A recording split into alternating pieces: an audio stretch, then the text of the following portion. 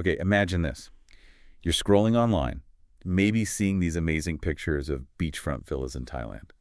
Or, a really sleek condo overlooking the Andaman Sea, perhaps somewhere like Phuket. Sounds tempting. Totally. That dream of owning a slice of paradise there, it's incredibly alluring, isn't it? It really is. But then the practical side kicks in. You start wondering, okay, as a foreigner, can I actually just buy a house there? Uh-huh. It seems like it should be simple, but as we're about to find out, the answer is, well, it's a fascinating mix of yes, no, and maybe, with some surprising twists. It really is. So today, we're doing a deep dive into this often misunderstood world property ownership for foreigners in Thailand. And you've really hit on one of the biggest initial hurdles or misconceptions right away. It's something we hear constantly. That foreigners just can't own property. Exactly, or that it's like a legal nightmare. But honestly, that's far from the whole story. So, our mission today is really to cut through that confusion. We want to lay out the perfectly legal, although yes, quite unique options available to you. Right.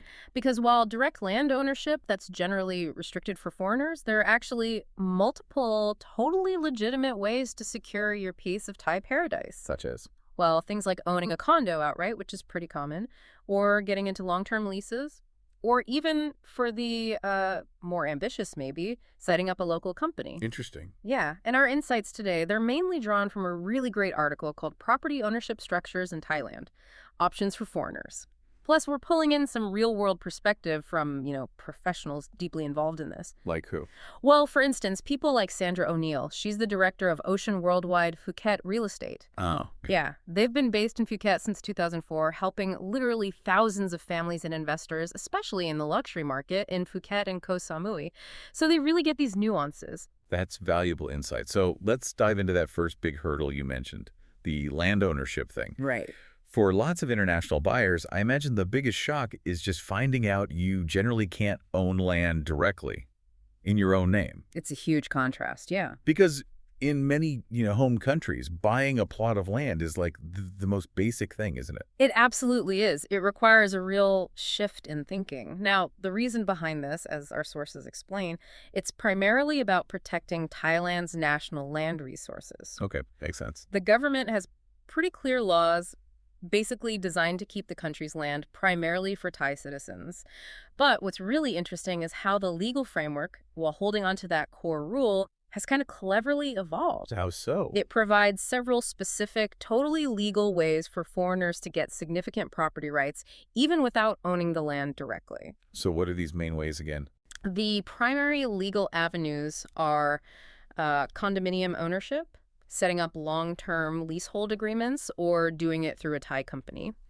Understanding these isn't just about, ticking legal boxes. It's about making sure your investment is secure and actually fits what you want long-term. Okay, so if owning the land directly for that dream villa is mostly off the table, what's the most common way in? The easiest path, maybe. You mentioned condos seem straightforward. Precisely. Yeah, for the majority of foreign buyers, getting a condominium unit is by far the most straightforward and probably the most popular choice. Why is that? Because the Thai Condominium Act specifically allows foreigners to own condo units outright. It's what's called a freehold title. Freehold. Okay, so that means you get a title deed Yeah. in your name. Exactly. Just like you might for a house or apartment back home, it's, undisputed ownership of your specific unit. But there's a catch, right? Something about a quota. Ah, yes. Very important point. There's a critical rule called the foreign ownership quota. Foreigners, collectively, can own up to 49% of the total saleable area in any single condominium project. Only 49%. Up to 49%. It's actually quite a smart piece of legislation, ensures a mix of owners.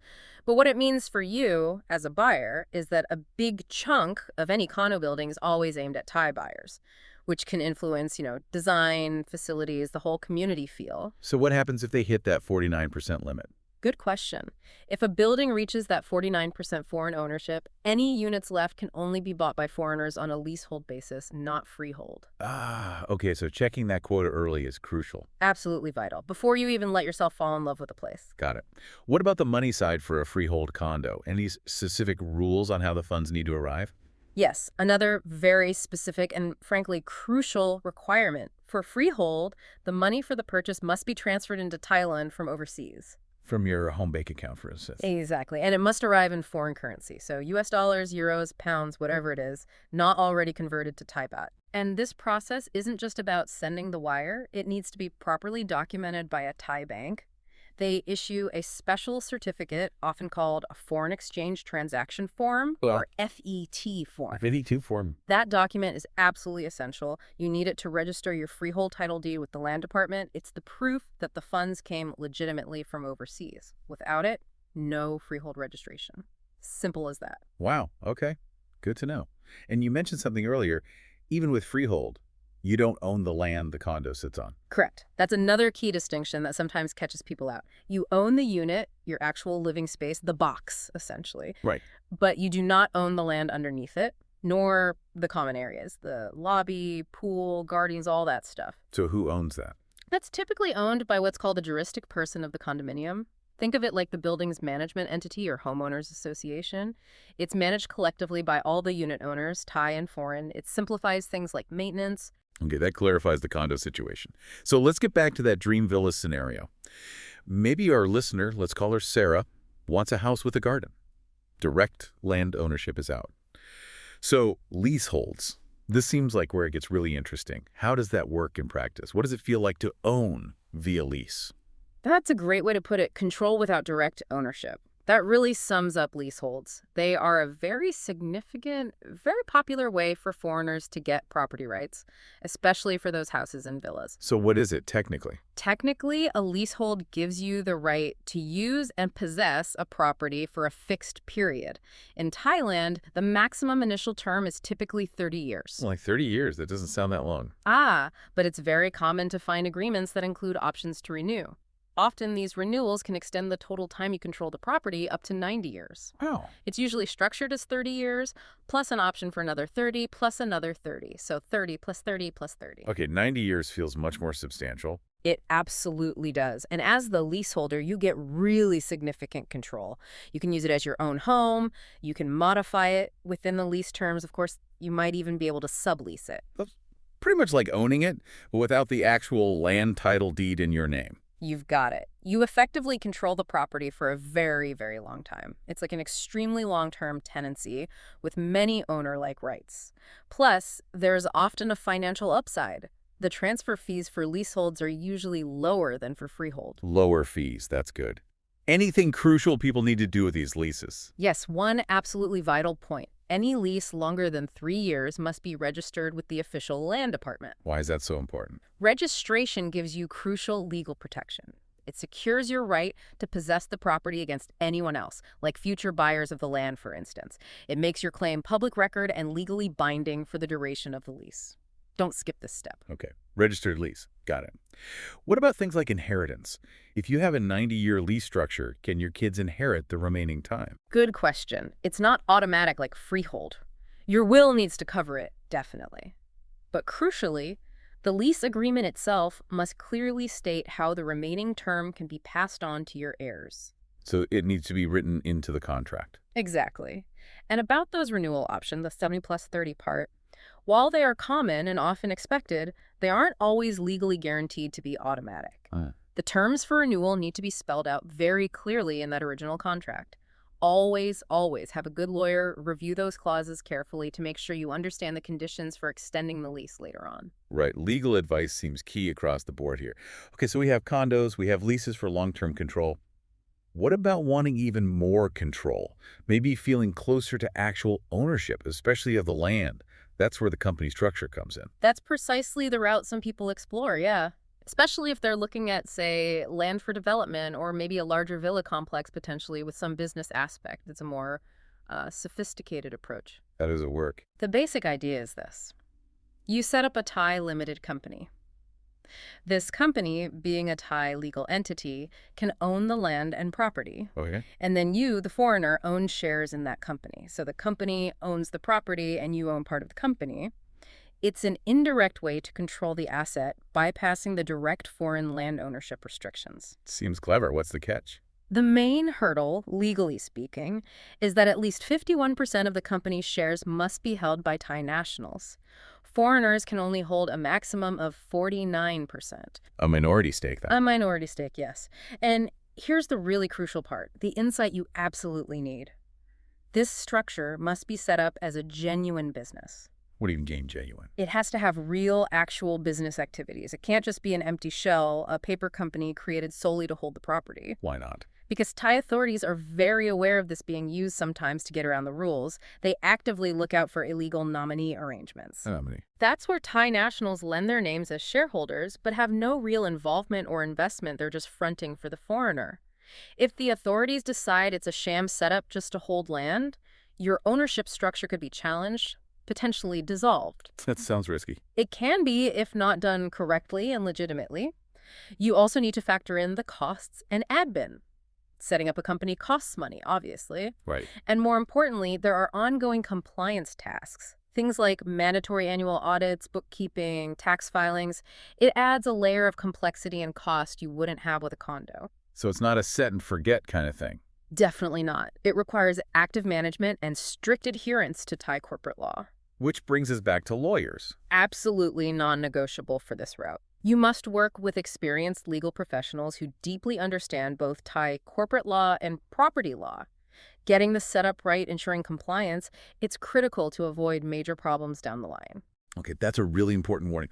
We've heard no direct land ownership quite a bit now. It feels almost like an absolute rule.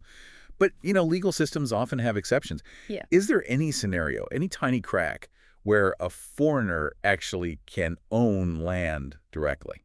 You're right to ask. In complex systems, there often is an exception. And yes, there is one here. But it's, let's say, quite specific and high value.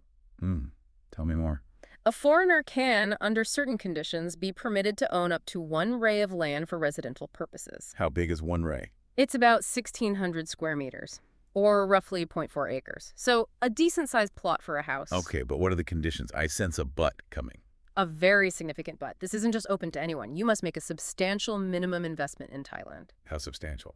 At least 40 million Thai baht. Wow, okay. What's that in, say, U.S. dollars? Right now, that's roughly 1.1 million US dollars, give or take, depending on the exchange rate. Over $1 million. Yeah. Invested where? Just anywhere. No, not just anywhere. It has to be invested in specific Thai assets that are deemed beneficial to the Thai economy. What counts as beneficial? Typically, this means things like government bonds or maybe investments approved by Thailand's Board of Investment. Think things that create jobs, bring in new technology, boost exports, support key industries. So it's tied to making a significant economic contribution. Exactly.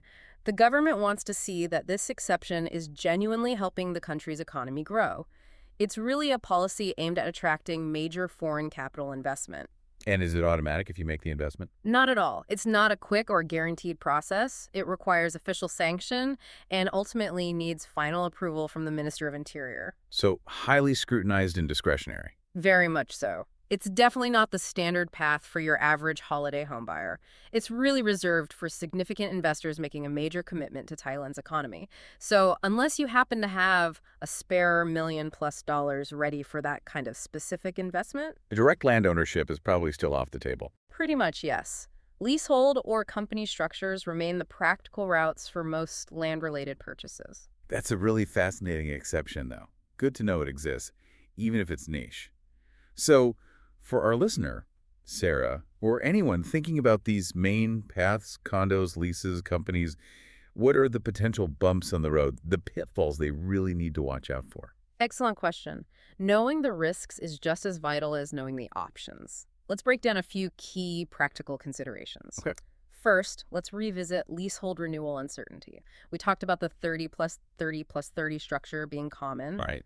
But remember, while renewing is often expected, there's no absolute legal guarantee baked into Thai law for those future 30-year renewals. Your ability to actually get them relies heavily on having strong, clear terms written into your original lease contract. And the landowner agreeing later. And the goodwill of the lessor, yes. Registering that initial lease properly definitely strengthens your position, but clarity in the contract is paramount for renewals. Okay, what else? Second, going back to company ownership challenges, the big risk there, as we discussed, is the structure being seen as a sham or nominee setup if it's not a genuinely operating business with legitimate Thai majority partners. And the consequences. If challenged by authorities, it could lead to serious legal battles, fines, and potentially even the forced sale or dissolution of the company, meaning you could lose the property. Again, proper legal setup from day one is the only way to mitigate this. Understood. Risks with leases and companies. What about financial aspects? Right. Think about foreign exchange and market volatility. Remember, for freehold condos, the purchase funds must come from overseas in foreign currency. And you need that FET form. Exactly. Hmm. That means you're naturally exposed to currency fluctuations between your home currency and the Thai baht, but when you buy and if you eventually sell. Good thing. And beyond currency, the Thai property market itself, like any market, has its ups and downs. Property values can fluctuate. You need to understand local trends and probably have a reasonably long-term view.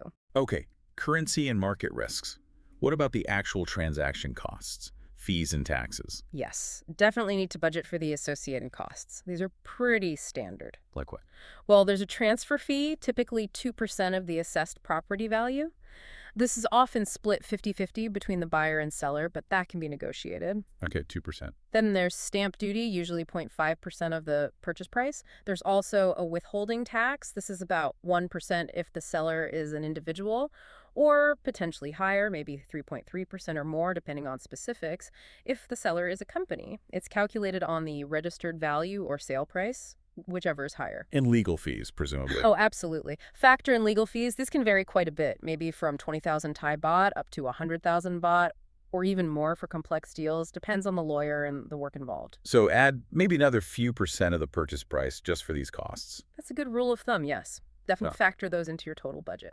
That's a really helpful breakdown of the main routes and the things to watch out for.